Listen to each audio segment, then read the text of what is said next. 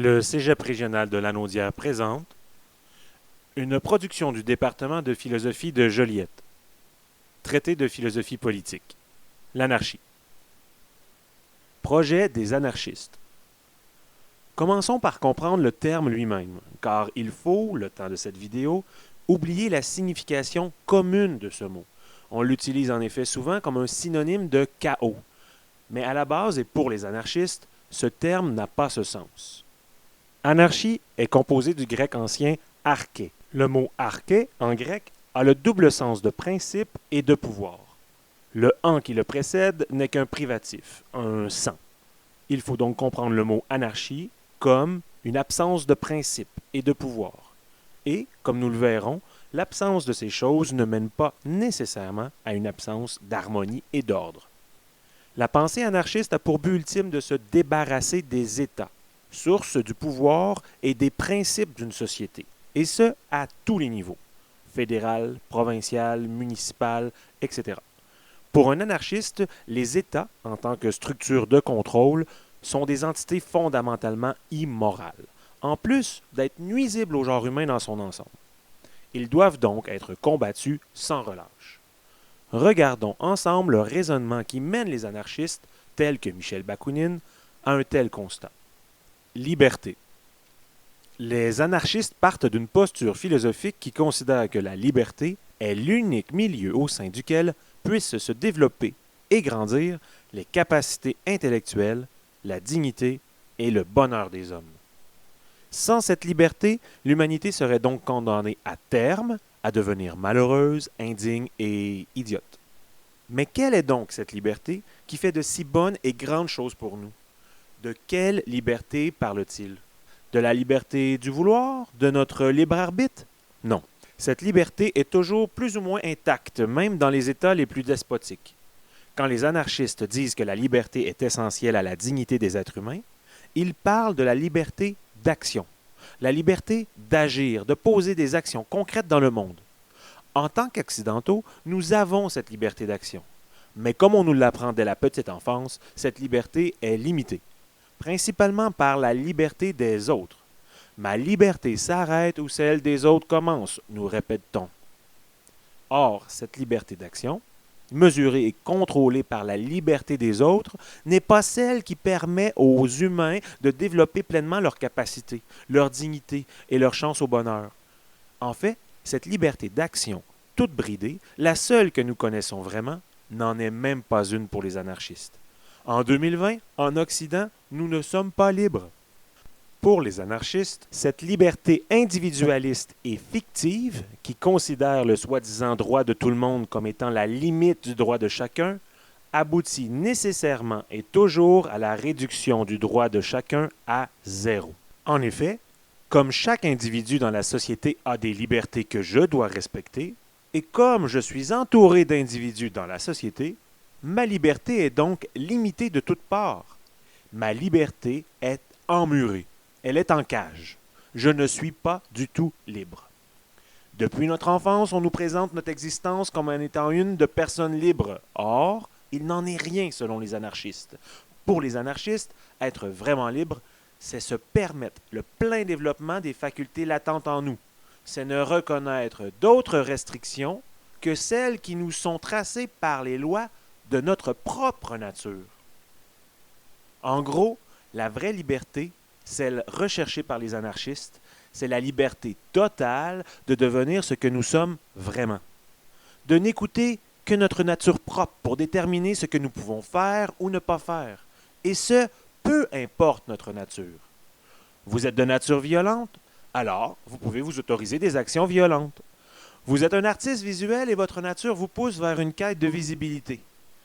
Faites vos croquis directement sur la Joconde. Ou encore, faites d'immenses graffitis sur la pyramide de Gizeh. Donnez-vous la liberté de devenir qui vous êtes vraiment, sans restriction aucune. Alors seulement vous deviendrez heureux. Alors seulement vous vous développerez à votre plein potentiel et enfin vous mènerez une existence digne. Cette liberté d'action absolue a un autre avantage aux yeux des anarchistes. Autrui n'est plus ici une limitation à ma liberté. Il est plutôt une confirmation de ma liberté. En effet, Comme l'autre est infiniment libre dans ses actions, il me permet aussi d'être infiniment libre. Il peut me faire ce qu'il veut. Alors, je peux lui faire ce que je veux aussi. Maintenant, chaque individu que je croiserai, au lieu de limiter ma liberté par ses droits, l'étendra à l'infini. C'est la liberté illimitée de chacun par la liberté illimitée de tous. Telle est la liberté recherchée par les anarchistes. C'est cette liberté qui est absolument nécessaire, selon eux, pour rendre les hommes dignes, heureux et les mener à leur plein développement. États immoraux. Bien entendu, aucun État au monde n'autoriserait cette liberté illimitée. Tout État limite la liberté des gens, c'est même leur rôle fondamental. Conséquemment, aux yeux des anarchistes, tous les États du monde briment la possibilité de dignité des hommes. Ils briment leur développement et leur chance à un véritable bonheur. Comme tels, les États sont une véritable immondice. Ils sont une catastrophe humanitaire qui rend les gens indignes, malheureux et sous-développés. Que doit-on faire face aux choses horribles qui causent des catastrophes humanitaires? Il faut bien sûr les éliminer. C'est même un devoir moral absolu. Et c'est le projet des anarchistes. De plus, ces États, qui sont immoraux, ne sont même pas nécessaires à la bonne marche des sociétés, bien au contraire.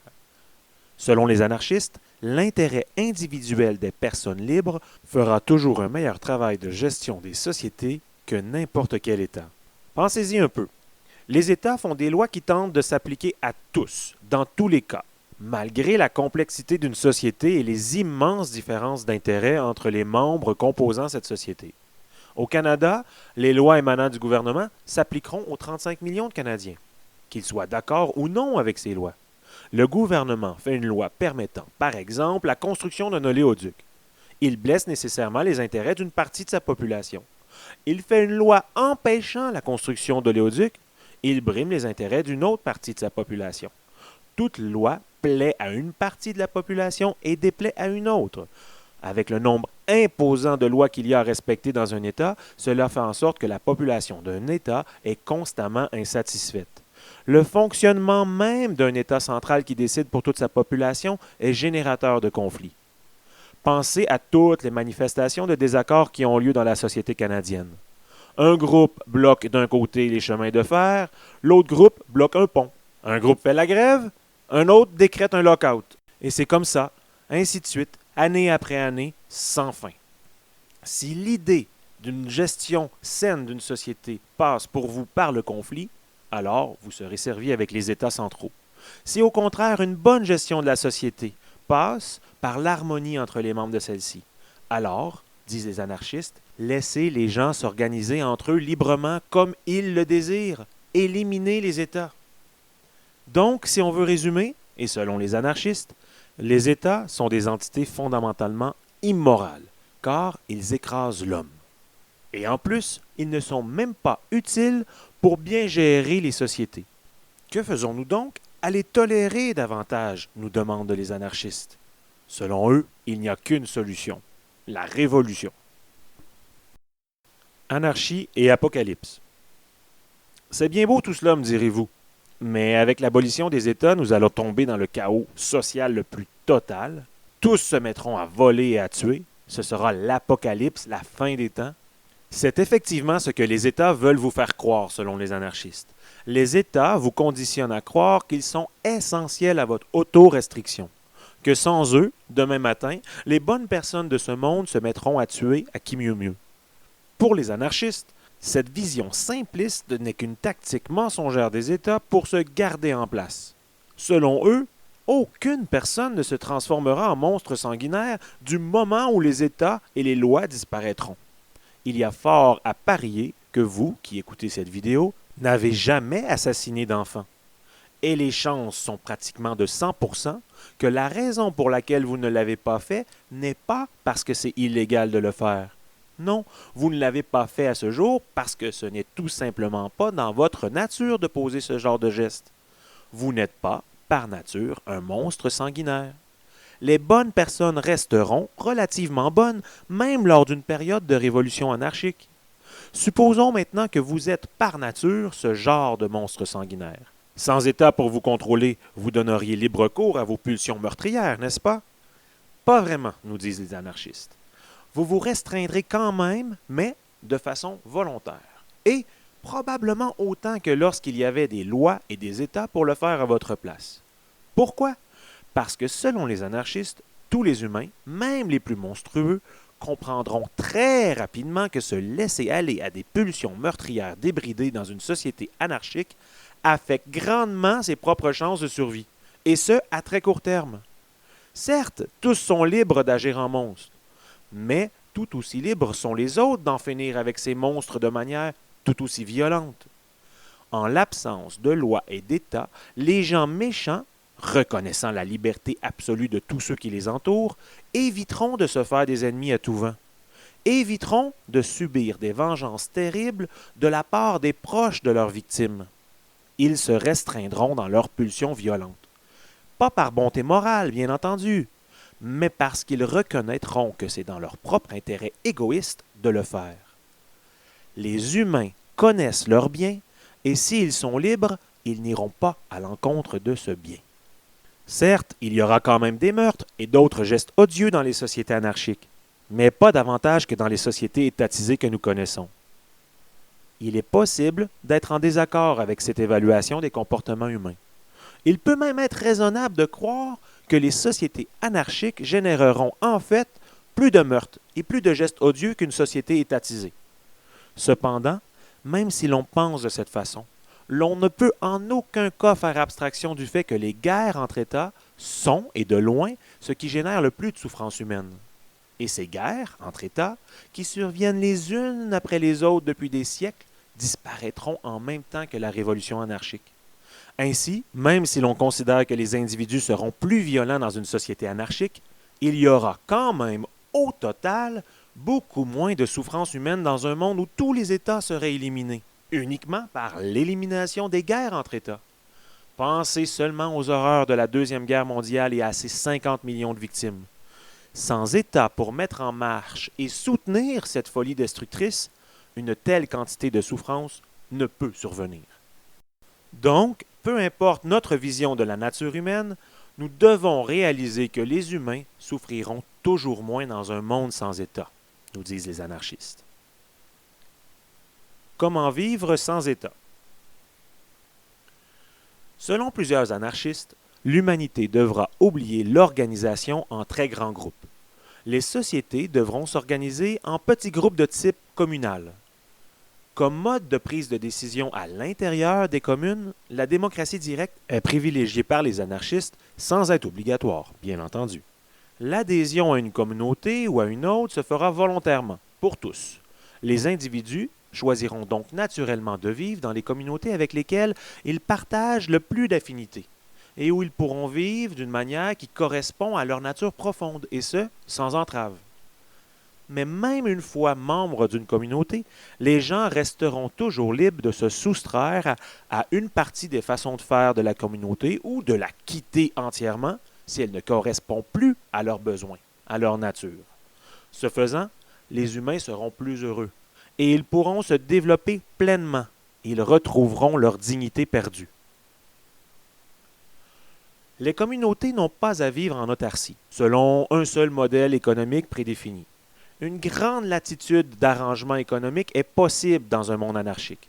Ceci dit, la majorité des anarchistes préconisent une propriété collective des moyens de production et l'autogestion des entreprises économiques.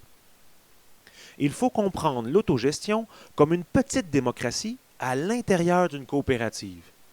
Tous les employés sont aussi propriétaires et gestionnaires de l'entreprise autogérée. Les salaires et les conditions de travail sont décidés en groupe et ils n'ont pas à être nécessairement égaux. Certains peuvent gagner plus que d'autres et les tâches de chacun à l'intérieur de l'entreprise peuvent aussi varier grandement. Tout cela est décidé librement par les employés propriétaires. Il n'y a pas non plus de hiérarchie à proprement parler entre les différents membres d'une entreprise autogérée. La propriété privée, telle que nous la connaissons, est laissée de côté par presque tous les anarchistes. Deux autres façons de concevoir la propriété sont envisagées pour la remplacer. La propriété d'usage ou de possession est privilégiée par certains, car elle évite la possibilité d'accaparement, qui est une source de bien des maux selon les anarchistes. Ce type de propriété permet l'usage exclusif d'un bien, une terre agricole par exemple, tant et aussi longtemps qu'un individu utilise activement ce bien. Il est donc possible d'envisager qu'un agriculteur puisse posséder 10 acres de terre, à condition qu'il les cultive, puis qu'il perde la possession de ces terres une fois à la retraite. On peut imaginer la même chose pour une maison, un appartement ou une voiture. Avec ce type de propriété, il n'est plus possible d'avoir plusieurs résidences secondaires ou encore de collectionner les voitures. Ce type de propriété rend la société plus égalitaire, ce qui est souhaitable pour atteindre une véritable liberté selon plusieurs anarchistes. Le deuxième type de propriété est la propriété de production. Elle est en lien avec le résultat, le fruit de son travail. Pour certains anarchistes, il est souhaitable de laisser aux gens la pleine possession des choses qu'ils ont faites eux-mêmes. Vous construisez une cabane, c'est votre cabane. Vous construisez un manoir, c'est votre manoir.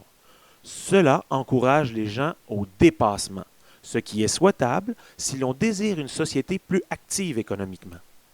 Par contre, ce type de propriété a le désavantage d'être moins égalitaire que le premier, car certaines personnes sont avantagées par la nature. Certaines personnes ont des capacités que d'autres n'ont pas. Pensez aux gens nés en parfaite santé versus ceux qui sont nés avec de sévères handicaps. Ces deux modes de propriété ne sont pas mutuellement exclusifs. Une même commune peut très bien préconiser un mode de propriété pour certaines choses et l'autre mode pour différentes choses. Il n'y a pas, bien entendu, de règles strictes à ce sujet.